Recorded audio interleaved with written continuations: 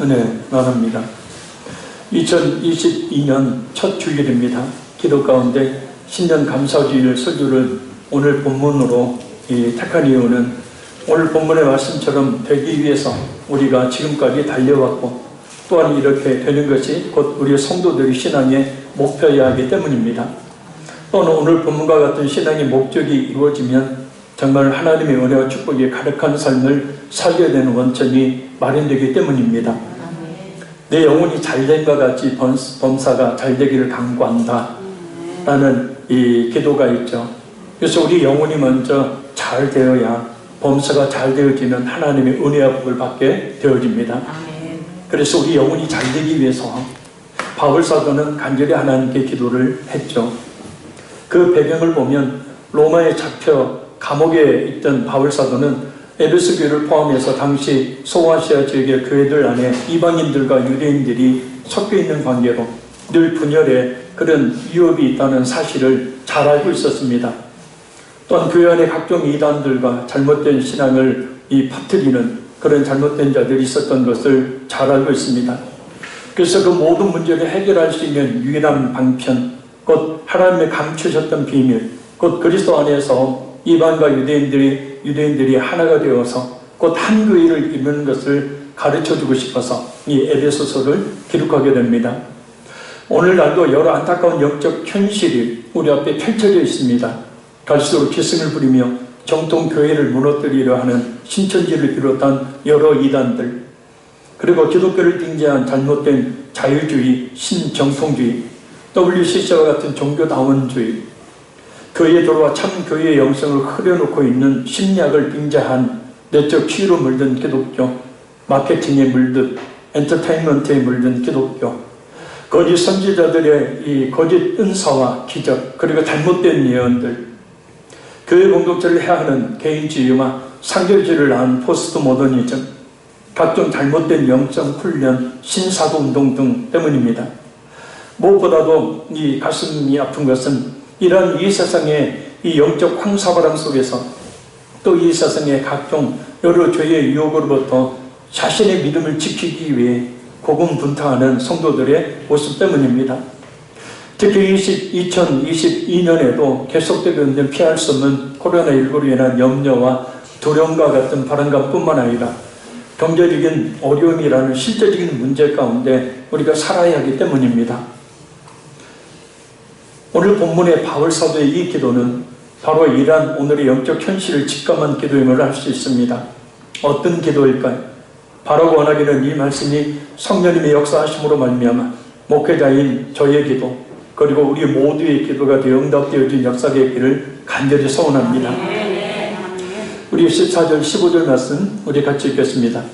이러함으로 내가 하늘과 땅에 있는 각 족속에게 이름을 주신 아버지 앞에 무릎을 꿇고 비노니. 아멘. 하나님은 하늘의 천사들과 땅의 모든 족속들의 창조주로서 유니버설 이 fatherhood, 곧 보편적인 구성을 가지십니다. 곧 모든 만물을 창조하신 창조주로서 일반적인 아버지의 개념을 모든 사람과 모든 만물에 가지고 계신다는 뜻입니다. 그리고 그 창조자 하나님께서는 세상의 모든 족속들에게 보편적인 부성에 근거해서 이름을 지어주셨습니다. 그러나 우리 성도들에게 있어서 하나님은 예수 그리스도를 통해서 우리의 진정한 아버지가 되십니다. 바로 그 아버지 하나님 앞에 바울 사도가 무릎을 꿇고 간절히 기도하고 있습니다. 유대인들 일반적인 기도 자세는 무릎을 꿇거나 서서 또 엎드려서 기도하는 것입니다. 그러나 신약시대에 와서는 주로 무릎을 꿇고 기도하는 것이 일반화가 되었습니다. 무릎을 꿇고 기도한다는 것은 매우 간곡한 기도를 드리는 자세이기 때문입니다. 그렇다면 바울 사도는 지금 무엇을 위해 이렇게 간곡히 기도하고 있을까요? 바로 교회입니다. 교회와 성도들 진심으로 사랑하기에 험난한 영적 파도 속에서 능히 이길 수 있는 그런 능력을 주시기를 간절히 기도하고 있는 겁니다. 그럼 바울 사도가 기도한 내용이 무엇인지, 곧 우리가 진정 우리와 우리 가족 그리고 성도들 위해서 기도해야 될 그 기도의 내용은 무엇인지 살펴보면 은혜 나누기 원합니다. 첫째는 우리들의 속사람이 성령의 능력으로 강건해지기를 위해서 기도해야 합니다. 우리 16절 같이 한번 읽겠습니다. 그의 영광의 풍성함을 따라 그의 성령으로 말미암아 너희 속사람을 능력으로 강건하게 하시오며. 아멘. 속사람은 겉사람과 대조되는 이 사람으로, 이 겉사람이 이 타락한 인간의 본성적인 면을 말한다면, 속사람은 하나님의 뜻을 따라서 살려는 거듭난 성도의 자아를 말합니다. 그래서 이 속사람은 하나님의 뜻을 찾지만 겉사람은 그것을 방해합니다. 그래서 로마서 7장 19절에서 23절의 말씀처럼 성도들의 마음속에서 끊임없는 충돌이 일어나게 되어집니다. 우리가 그 속에 살고 있는 거예요. 그래서 우리의 마음속에서 끊임없는 하나님의 법과 죄의 법이, 성령의 법과 악한 영의 법이 우리 속에서 끊임없이 싸움이 일어나게 된다는 거예요. 그 싸움에서 지게 되어지면 바로 죄 가운데 빠지게 되어지고 이 세상의 흐름 속에 자신을 맡기면 살 수밖에 없는 연약한 그리스도인이 되는 겁니다. 물고기가 거센 물결을 거슬러 올라가야 되는데 거센 물결을 감당하지 못하고 그 물고기가 점점 밑으로 떠내려가는 것과 같은 삶을 살게 된다는 거예요. 그럼 우리의 속사람은 어떻게 해야 강건해지게 될까? 그의 성령의 능력으로 말미암아 그 성령의 능력으로 강건해집니다. 그럼 이 성령의 능력은 어디에서 오는 것인가? 그의 영광의 풍성을 따라온다고 말씀합니다. 그럼 이 영광의 풍성은 무엇인가? 어느 주석을 보니 그의 영광의 풍성은 하나님의 능력, 하나님의 지혜, 하나님의 은혜, 하나님의 진리의 충만함이라고 했습니다.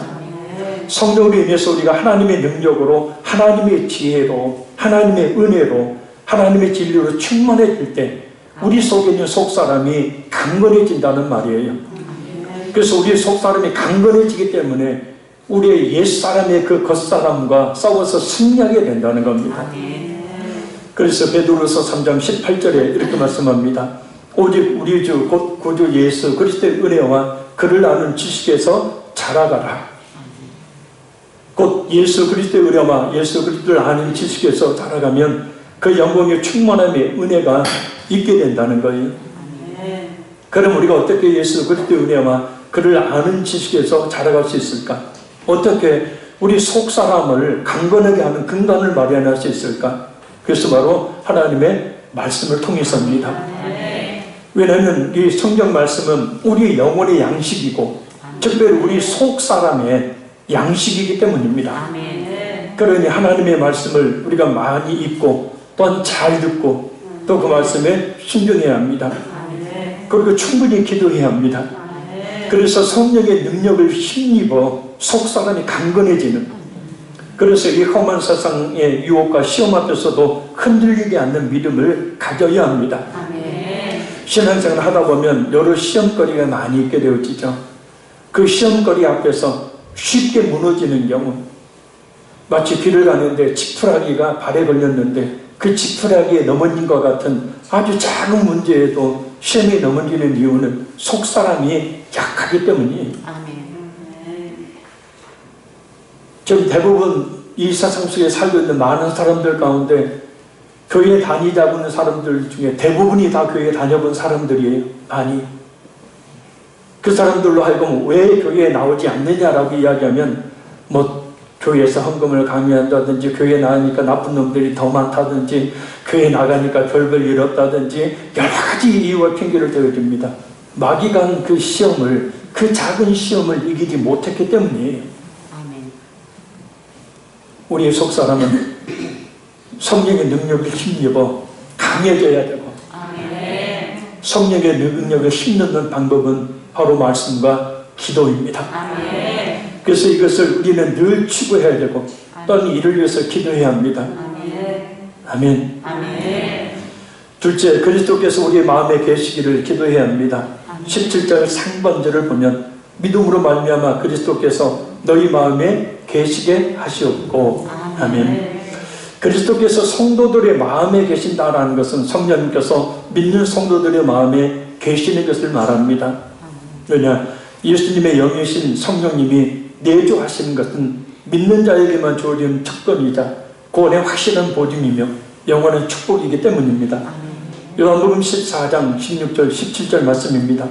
내가 아버지께 구하겠으니 그가 또 다른 보혜사를 너에게 주사 영원토록 너희와 함께 있게 하리니 그는 진리의 영이라. 세상은 능히 그를 알지 못하나니 이는 그를 보지도 못하고 알지도 못함이라. 그러나 너희는 그를 아나니 이는 너희와 함께 거하시며 또 너희 속에 계시겠습니다. 그러니까 예수를 믿는 사람의 그 마음속에는 성령 하나님이 계시는데 그 성령 하나님이 영원토록 떠나지 아니하고 계신다는 거예요. 분명히 예수를 믿으면 성령은 그 성도의 마음에 내주하십니다. 그럼 여기서 바울 사도가 성령의 내주하심을 강구한 이유는 무엇인가? 성령이 성도들 속에 계시지 않았을까요? 아니죠. 내주하시는 성령님의 강한 역사하심으로 성도들의 믿음이 더욱 견고해지기 때문이에요. 왜냐? 계시다는 말은 정착하다, 거주하다, 살다라는 뜻이기 때문입니다. 그러니까 성령님께서 우리 안에 정착하시게 해야 돼요. 아멘. 아멘. 성령께서 우리의 주인으로 우리 안에 거주하시게 해야 합니다. 성령님을 방 안 한 구석에 가두어 놓고 무시하며 모른 체하며 온갖 죄를 저지르고 불순종하며 성령을 소멸하며 살아서는 안 된다는 거예요. 성령님께서 우리 안에 마음껏 우리의 마음을, 우리의 생각을 지배하시게 해야 한다는 겁니다. 로마서 8장 5절 6절 말씀입니다. 육신을 따르는다는 육신의 일을, 영을 따르는다는 영의 일을 생각하나니 육신의 생각은 사망이요 영의 생각은 생명과 평안이니라. 그래, 이 말씀을 역으로 보면 그만큼 우리가 육신의 생각대로 살기 쉽다는 뜻이에요. 체질이 완전히 변화되지가 않았으니까요. 제가 이 교회 타일 바닥 하얀 것도 새 것같이 생긴 것 한 20개 바꿨는데요. 깨진 것들. 근데 그 이틀 동안 하면서 몸져 누웠습니다. 근데 이 늘 타일 작업을 하시는 분들은 그냥 뭐 20장 정도 간단하게 바꿀 수 있겠죠. 왜요? 그 일을 하도록 그 근육이 체질화되어 있기 때문이에요. 근데 체질화가 안 되는 거예요. 그러니까 아프고 힘든 거예요. 우리의 신앙의 체질을 성령 하나님께서 우리를 지배하시도록 우리의 체질을 바꿔나가야 된다. 그러면 신앙생활이 힘들지가 않아요. 신앙생활은 오히려 기쁘고 즐거운 거예요. 그러니까 신앙생활이 힘들다. 아이고, 예배 다니는 말씀 듣는 게 힘들고 기도하는 거 힘들고 여러 가지 신앙생활이 힘들다는 것은 뭐냐면 내가 그만큼 예수님의 체질로, 신앙 체질로 전환이 안 됐다는 거예요. 그 근육이 발달되지 않았다는 거예요. 영적 근육이. 그래서 육신적으로 살기가 쉬운 존재가 우리예요. 그래서 로마서 8장 6절 말씀처럼 사망의 길로 나가게 되고 7절 말씀처럼 하나님의 원수가 되고 하나님의 법에 굴복하지 않게 되고 8절 말씀처럼 하나님을 기쁘시게 할 수가 없는 겁니다. 2022년 새해를 맞아서 올해 하나님의 크신 은혜와 축복을 기대합니다. 그런 설교를 하고 싶은데 사실은 말입니다. 그런 하나님의 은혜와 축복을 받기 위해서는 근본적으로 우리가 우리의 신앙의 체질을 하나님께로 온전히 돌리지 않는 한은 내나 2021년과 같은 삶을 살 수밖에 없는 거예요. 왜요? 육신의 생각을 하며 육신의 생각대로 살게 되어지는데 그 결과는 사망이고 곧 실패예요. 하나님과 원수가 돼요. 하나님과 멀어져요. 하나님의 법에 불복지 않아요. 불순종하게 돼요. 하나님을 기쁘시게 할 수 없어요. 그런데 어떻게 하나님의 은혜와 축복을 받을 수 있겠느냐라는 거예요. 그래서 성령님의 내주 역사를 통해서 그런 육신을 따르는 삶이 아닌 성령을 따르는 삶을 추구하며 또는 이를 위해서 우리가 계속 기도해야 되는 겁니다. 그럼 어떻게 해야 성령을 따르는 삶을 살 수 있을까? 아주 간단합니다. 육체의 일들을 생각하지 않고 영의 일들을 생각하며 살면 돼요. 갈라디아서 5장 19절 21절 말씀을 보면 우리가 추구하지 말아야 될 구체적인 육체의 일들을 이렇게 나열합니다. 음행, 더러운 것, 호색, 우상숭배, 주술, 원수 맺는 것, 분쟁, 시기, 분냄, 당짓는 것, 분열함, 이단, 투기, 술 취한, 방탕함, 이와 같은 것들이고 뭐냐면 우리를 하여금 육체의 삶을 살게 만드는 육체의 열매예요. 그래서 이렇게 살게 되어지면 하나님과 원수되고 하나님의 법에 불순종하게 되어지고 하나님을 기쁘시게 할 수 없어요. 사망, 실패의 길을 가게 되는 거예요. 그러니 2022년 죽을 생각하지 말고 살 생각하며 살아야 한다. 그래서 어떤 것이 그러면 성령의 생각이냐? 갈라디아서 5장 22절 23절에 보면 사랑, 희락, 화평, 오래 참음, 자비, 양성, 충성, 온유, 절제입니다. 그러니까 우리가 늘 생각해야 될 것이에요. 어떻게 하면 사랑할까? 어떻게 하면 기쁘게 해줄까? 어떻게 하면 이 원수의 관계를 화평의 관계를 만들까? 어떻게 하면 끝까지 믿어주며 참을까? 어떻게 하면 베풀까? 어떻게 하면 친절히 대할까? 어떻게 하면 끝까지 변하지 않는 마음으로 갈까? 어떻게 하면 내 마음을 온유하게 꼭 부드럽게 할까? 어떻게 하면 절제할까? 이렇게 하는 것이 그리스도께서 우리 성도들의 마음속에 늘 역사하시도록 하는 방법이에요. 성령 하나님을 보혜사라 하는데 보혜사는 변호자, 위로자, 또 재판관, 또 친구, 가장 중요한 보혜사의 뜻은 뭐냐면 돕는 자예요. 할렐루야. 내가 그래서 육체의 생각을 하지 않고 영의 생각을 하며 영의 열매를 맺으며 살려고 내가 힘쓸 때, 그렇게 기도할 때 성령께서 나를 도와주시는 거지. 나 가만히 있는데 하나님 그냥 기도만 하고 하나님 성령의 열매를 맺겨주세요, 기도만 한다고 하나님이 도와주시는 것이 아니라는 거예요. 내가 실제로 그렇게 노력을 해야 된다는 겁니다. 그래서 우리가 이를 위해서 바울 사도가 기도했듯 우리 모두가 이를 위해서 기도해야 되고, 그래서 그리스도께서 우리 안에 계시도록 하는 성도, 그 성령이 사람이 되어야 될 줄로 믿습니다. 그러면 하나님의 은혜와 축복은 따놓은 당상이다. 셋째, 우리들이 사랑으로 굳게 서기를 위해서 기도해야 합니다. 17절 하반절에 너희가 사랑 가운데서 뿌리가 박히고 터가 굳어져서, 아멘. 바울 사도는 식물과 건물에 비유해서 성도들이 신앙의 바람직한 모습을 제시합니다. 곧 이 말씀은 그리스도께서 성도들의 마음에 계신 결과로 성도들이 사랑 가운데 깊이 뿌리를 내리고 견고한 기초를 소유하게 된다는 뜻이에요. 요한일서 4장 7절에 11절 말씀입니다. 사랑하는 자들아, 우리가 서로 사랑하자. 사랑은 하나님께 속한 것이니 사랑하는 자마다 하나님께로 나서 하나님을 알되 사랑하지 아니하는 자는 하나님을 알지 못하나니 이는 하나님은 사랑이십니다. 하나님의 사랑이 우리에게 이렇게 나타난 바 되었으니 하나님이 자기의 독생자를 세상에 보내심은 그로 말미암아 우리를 살리려 하심입니다. 사랑은 여기 있으니 우리가 하나님을 사랑한 것이 아니요 오직 하나님은 우리를 사랑하사 우리 죄를 위하여 화목제로 그 아들을 보내셨음이니라. 사랑하는 자들아, 하나님이 같이 우리를 사랑하셨은즉 우리도 서로 사랑하는 것이 마땅하도다. 우리 예수 그리스도를 믿는 성도들의 모든 삶의 터와 기초는 사랑해야 한다는 겁니다. 무슨 말을 해도 무슨 행동을 해도 사랑이 바탕에 깔려 있어야 합니다. 책망을 해도 그 바탕은 사랑이어야 합니다. 선교를 하고 구제를 하며 헌신하고 남을 섬기며 또 여러 가지 봉사일들을 해도 그 바탕은 항상 사랑이어야 합니다. 그리고 그 사랑은 우리 인간의 사랑이 아닌 그리스도의 무조건적인 희생적인 사랑이어야 합니다. 곧 예수님의 마음을 가지고 모든 일을 해야 한다는 거예요.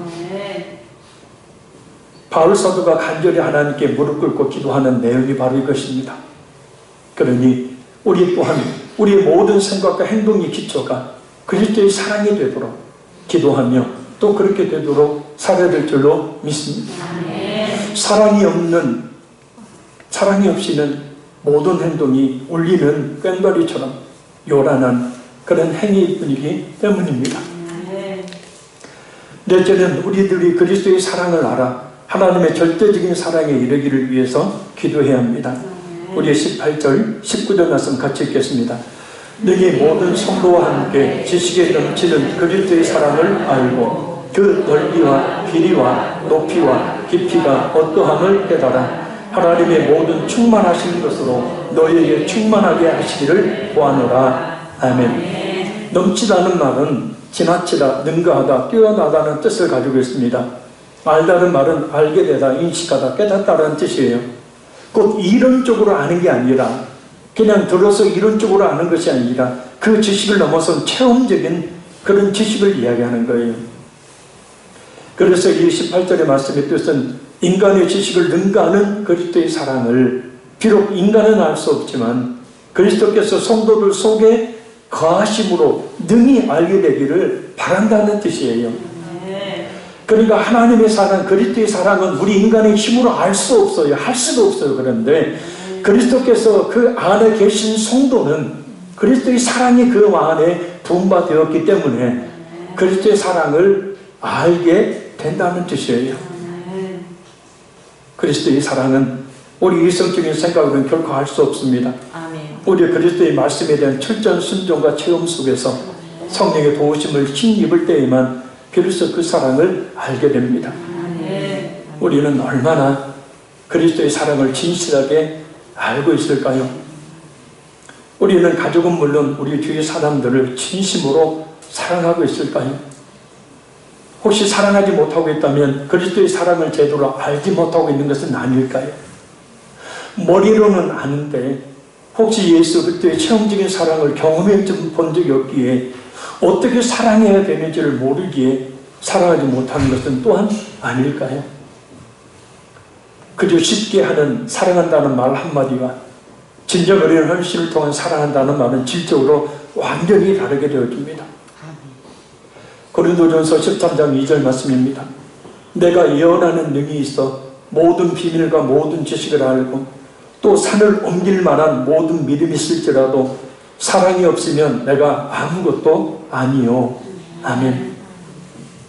아무리 예언을 하는 능력이 있고 그래서 성경의 비밀을 깨달아 알고 하나님의 그 뜻이 무엇인지 깨달아 알아서 전한다 할지라도 사랑이 없으면 내가 아무것도 아니요. I'm nothing. 또 산을 들어 옮길 만한 큰 믿음, 그런 능력이 있다고 해도 사랑이 없으면 I'm nothing. 나는 아무것도 아니에요. 우리가 주님을 향한 모든 헌신들이 역시 사랑이 없으면 아무것도 아니라는 뜻이에요. 마태복음 7장에 선지자 노릇했던 사람들, 귀신을 쫓았던 사람들, 수많은 권능과 능력을 행했던 사람들이 예수님께로부터 이 불법을 행하는 자들아 내가 너를 도무지 알지 못하니 너에게서 떠나가라 그런 책망을 듣고 지옥으로 던져버리셨던 이유는 바로 그들이 그리스도의 사랑에 기초하지 않고 그런 일들을 행했기 때문입니다. 그래서 바울 사도는 19절에서 그 사랑의 넓이와 길이와 높이와 깊이가 무엇인지를 깨달아 알게 해달라고 기도하고 있는 겁니다. 어느 주석을 보니 이 넓이와 길이와 높이와 깊이를 이렇게 해석하고 있습니다. 그리스도의 사랑이 온 유대인과 이방인을 포함할 정도로 넓고 영원토록 지속될 정도로 길며 가장 타락한 죄인에게까지 미칠 정도로 깊고 그를 하늘로 올리울 정도로 높다는 뜻이다. 참 멋진 해석입니다. 우리는 이 해석에서 우리가 깨달아 알고 실천해야 될 사랑이 네 가지 모습을 가지고 있다는 것을 알 수 있습니다. 작은 첫째는 예수 그리스도의 그 사랑의 그 넓이를 깨닫고 차별하지 않는 거예요. 할렐루야. 한번 따라합니다. 차별하지 말자. 그리스도의 사랑이 원수관계에 있었던 온 유대인들과 이방인들을 포함하듯이 어느 누구든지 차별 없는 사랑을 해야 한다. 예수님께서 사랑을 베푸실 때 차별을 두고 신분의 귀천을 따지지 않으셨습니다. 누구든지 예수님께 나오는 자마다 사랑으로 품어주셨고 오히려 일반적인 사람들이 사랑의 대상에서 제어되어버린 사랑을 받지 못했던 가난하고 소외된 사람들을 더욱더 사랑하셨습니다. 외모를 보지 않으셨어요. 우리의 사랑은 어떤 사랑일까요? 조건 없이 사랑한다고 하면서도 가만히 들여다보면 나에게 유익을 주는 사람, 나와 친한 사람, 내게 잘해주는 사람, 그리고 혈연으로 맺어진 가족, 친척 등에게 국한되어 사랑을 베풀고 있지는 않은지 한번 돌아봐야 합니다. 이제 온 인류를 위해 자신의 생명을 내어주시며 사랑했던 예수님처럼 우리 또한 우리의 사랑의 지경을 넓혀 모두를 차별 없이 사랑해야 될 줄로 믿습니다. 그래서 2022년 주님 누구도 차별하지 않고 모두를 사랑할 수 있는 그런 사랑을 하게 하옵소서 기도하며 또한 그런 삶을 추구해야 될 줄로 믿습니다. 작은 둘째는 예수 그리스도의 사랑의 길이를 깨닫고 그 사랑을 계속해야 된다는 것. 하나님의 사랑은 그 길에 한계가 없는 끝이 없는 사랑이에요. 은혜 받고 난 뒤 그냥 며칠, 몇 달 기분 좋으면 사랑하고 기분 나쁘면 끝내버리는 그런 사랑이 아니라 끝없는 사랑을 해야 해요. 요즘처럼 너무도 쉽게 돌아서 버리는 그런 사랑이 아닌 끝까지 변하지 않는 그런 사랑을 해야 합니다. 아멘. 우리가 아무리 잘못한 말과 행동을 해도 끝까지 우리를 사랑하셔서 마침내는 십자가에서 그 생명까지도 내어주셨던 우리를 향한 예수님의 그 사랑이 끝이 없었고 또한 변함이 없는 것처럼 우리 또한 그런 끝없는 사랑을 해야 한다는 거예요. 한번 따라합니다. 변하지 말자.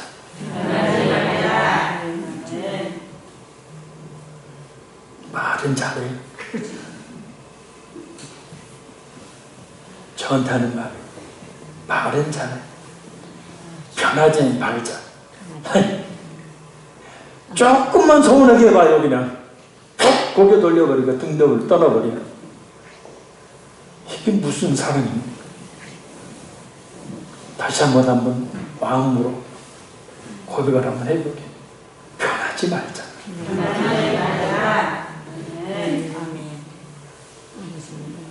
작은 셋째는 예수 그리스도의 사랑의 깊이를 깨닫고 그 사랑을 실천해야 합니다. 예수님의 사랑은 가장 타락한 자들, 이 세상에서 버림받은 자들에게까지 임한 사랑이었어요. 곧 무한의 용서의 사랑을 하셨습니다. 마태복음 18장 22절의 예수님 말씀입니다. 예수께서 이르시되 네게 이르노니 7번뿐만 아니라 7번을 70번까지라도 할지니라. 아멘. 베드로가 자랑 삼아서 주님 저는 저 유대인들처럼 그렇게 금방 돌아서고 금방 배신하는 자가 아닙니다. 다른 사람의 죄를 용서할 때 한 7번 정도 용서하면 되겠죠? 근데 예수님께서는 아니야, 7번에 70번까지라도 용서하라 그래요. 곧 무한대를 말하는 거예요. 아멘. 끝없는 용서가 바로 예수님의 사랑이기에 우리 믿는 성도들 역시 그런 사랑을 해야 될 줄로 믿습니다. 왜냐하면 우리가 그 그리스도의 끝없는 사랑을 받았잖아요. 그래서 지금 이렇게 살고 있는 거잖아요. 우리 자신이 저지른 죄를 결국은 하나님 앞에 직구하게 될 때 단 하나 따져보면 얼마나 많습니까? 얼마나 추합니까? 얼마나 더럽습니까? 얼마나 거각합니까? 단지 드러내지 않고 감추고 있을 뿐이지. 근데 우리 예수님께서는 그런 도저히 용서받지 못할 죄를 저지른 저희 우리의 모든 죄를 십자가에 다 용서해 주셨어요. 그리고 성령께서 우리 안에 계시니 그 사랑이 우리 마음에 이미 부어져 있다는 거예요. 우리가 이렇게 예수님을 믿고 하나님을 아버지라 부를 수 있는 것은 바로 예수 그리스도의 끝없는 용서하시는 깊은 사랑이 있었기 때문입니다. 우리 용서받지 못할 죄를 무조건 용서해 주시는 그 깊은 사랑이 있었기에 우리의 그 수많은 과거, 현재, 미래의 죄를 십자가의 보혈로 씻어주시는 그 깊은 사랑이 있었기 때문에 우리가 구원받은 하나님의 자녀가 될 겁니다. 그러니 진짜 봐주기 힘든 사람, 나에게 아픔을 가져주는 사람, 도저히 이해가 안 되는 행동을 하는 사람, 그래서 나를 힘들게 하는 사람, 그래서 도저히 용서해 줄 수 없는 그런 사람들을 용서하는 것이 예수님의 사랑입니다. 그 사랑이 우리 마음에 이미 예수 그리스도의 영이신 성령으로 인해 부음받았으니 간절한 기도로 성령의 도우심을 구해 우리 또한 그렇게 사랑할 수 있어야 합니다. 주님, 도저히 용서받지 못할 사랑까지도 용서할 수 있는 사랑을 하게 하옵소서. 왜냐하면 제가 도저히 용서받을 수 없는 저희 과거, 현재, 미래의 모든 죄를 단번에 용서함 받았기 때문입니다. 마지막 작은 넷째는 예수 그리스도의 사랑의 높이를 깨닫고 그 사랑을 실천해야 합니다. 예수님의 사랑은 끝없이 높은 사랑이죠. 그러니까 뭐냐? 인간들의 얕은 사랑과 같이 쉽게 변하거나 즉각적이고 감정적인 사랑이 아니라는 거예요. 어제는 오늘이라 변함없는 사랑, 이 세상에서는 찾을 수 없는 저 하늘의 사랑을 이야기한다는 거예요. 탁월하게 구분되어지는 그런 사랑을 말합니다. 그래서 그 사랑을 베풀게 되어지면 그 사람을 하늘나라로 올라가게 한다는 거예요. 할렐루야. 그래서 우리가 믿지 않는 가족들이, 믿지 않는 친구, 이웃들을 구원하는 방법, 다른 방법이 없어요. 기도 한가 올라서 예수님이 말씀하신 그대로 한 알의 밀이 땅에 떨어져 죽지 않으면 하늘 그대로 죽음의 많은 예를 맺느냐, 죽는 거예요. 철저하게 자신이 있어야 하는 겁니다. 그래야 돌아와요. 그런 사랑이 있어야 사람들이 죽게 돌아오는 것이지, 그 사랑도 없이 야 교회 가자, 야 예수 믿어 구원받는다 한다고 돌아오는 것이 아니에요. 그런 조건이 없어요. 사실 생명까지도 내어놓았던 예수님의 그 희생적 사랑을 우리가 본받아서 주님, 용서받지 못할 사람을 구원할 그런 사랑을 할 수 있게 하옵소서. 그래서 그 영혼을 하늘나라에 올라가게 하는 그런 은혜가 있게 하옵소서. 그래서 바울 사도는 19절 하반절에 하나님의 모든 충만하신 것으로 너희에게 충만하게 하시기를 구하노라 라고 기도합니다. 자, 우리의 사랑의 기준은 사람이 아니에요. 누구만큼도 아닙니다. 어떤 사람이 나한테 해준 만큼도 아니에요. 우리의 사랑의 유일한 목표는 바로 예수님의 그 사랑입니다. 이 세상 사람들은 감히 도달할 수 없는 사랑, 바울 사도가 기도하고 있는 사랑이 바로 이 하나님의 온전한 사랑입니다. 그래서 예수님도 하나님의 온전하심과 같이 너희도 온전하라 라고 말씀합니다. 이런 사랑을 할 수 있도록 2022년 우리 모두 간절히 하나님께 기도해야 될 줄로 믿습니다. 그래서 이 기도가 이루어져서 우리 가정에, 우리 교회에 이와 같은 그리스도의 사랑이 넘치는 역사 일어나기를 주님의 이름으로 간절히 축복합니다. 말씀 맺습니다. 우리 모두가 2022년에 이루어가야 할 영적 목표는 오늘 본문에 제시되어 있습니다. 우리 모두가 서로를 위해서 이렇게 기도하며 또한 그런 삶을 추구하며 2022년을 살아야 될 줄로 믿습니다. 하나님, 신령한 영혼의 양식인 하나님의 말씀을 많이 읽고 잘 들음으로 우리의 속사람을 성령의 능력으로 강건하게 하여 주옵소서. 그리스도의 영이신 성령님께서 늘 우리 마음속에 내주 역사하시는 충만함이 있게 하옵소서. 그리스도의 사랑이 우리 자신의 모든 삶의 근원이 되며 바탕이 되게 하옵소서. 늘 그리스도의 사랑에 굳게 서게 하옵소서. 무엇보다 예수 그리스도의 사랑을 하라. 누구나 차별하지 않고 사랑하는 넓은 사랑을 하게 하옵소서. 예수 그리스도의 사랑을 하라. 지속적으로 변하지 않는 긴 사랑을 하게 하옵소서. 예수 그리스도의 사랑을 하라. 도저히 용서할 수 없는 사랑까지도 용서하는 깊은 사랑을 하게 하옵소서. 예수 그리스도의 사랑을 하라. 용서받지 못할 사랑까지도 구원에 이르게 할 그런 높은 수준의 사랑을 하게 하옵소서. 이 세상 사람들은 하지 못할 그런 사랑하는 2022년 한 해가 되게 하여 주옵소서. 이런 목표를 가지고 살면 자연스럽게 하나님의 은혜와 축복은 따라오게 되어집니다. 기도하겠습니다.